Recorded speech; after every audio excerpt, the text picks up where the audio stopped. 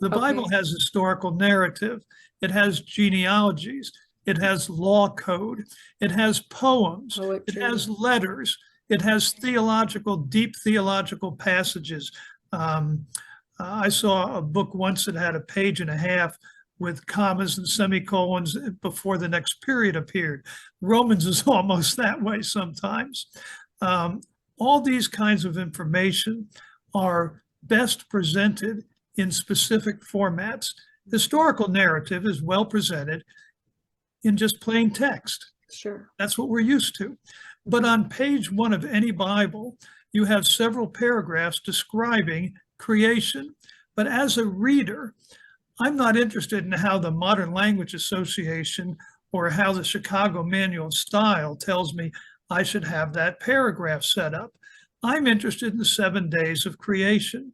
So in the Readable Bible on page 1, your eye immediately sees in bold text, day 1, day 2, day 3, day 4, 5, 6, and 7.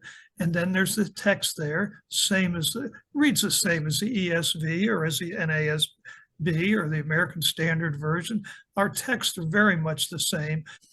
In any Bible, the 10 Commandments, now this is a list of commands, right? It's a list. Mm-hmm. The 10 Commandments appear as 2 or 3 paragraphs, just written across the page. But in the Readable Bible, when you turn the page, you suddenly see Roman numeral 1, 2, 3, 4, 5, 6, 7, 8, 9, 10.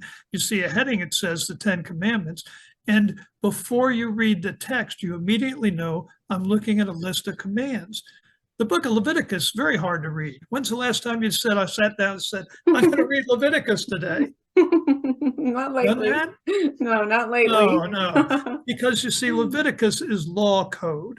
Right. All law books are structured today with Roman numeral 1, letter A, little 1 and 2, et cetera, et cetera. Leviticus in the Readable Bible is structured as a law book, and it's so easy to read. It's just amazing. So in the Readable Bible, there's a page, and it lists all the kings, and it has a square. Each king is represented in a rectangle, and if it's a white rectangle, he's a good king. A gray rectangle, he's a bad king. And if he's a king who was good in the beginning of his reign and bad in the end, the rectangle's divided in half. The top half is white, the bottom half is gray. So when you're reading, you have the information right in front of you. That's right. It just makes me think, I'm like, which one are you going to be? Which one am I? I hope I am the white one. Yeah. You know, the modern formats make things easier to read, easier to comprehend, easier to remember, and easier to find. Yeah. So my hope is that your audience, that your listeners will buy a Readable Bible for themselves and pray for John Herring, for Iron Stream Media, a company that's said we don't have the resources to do this, but God wants us to. They have published it. Buy it at christianbook.com or in a Christian bookstore. You can order it at any bookstore, Barnes & Noble's website, but I'd like to see you support Christians with it.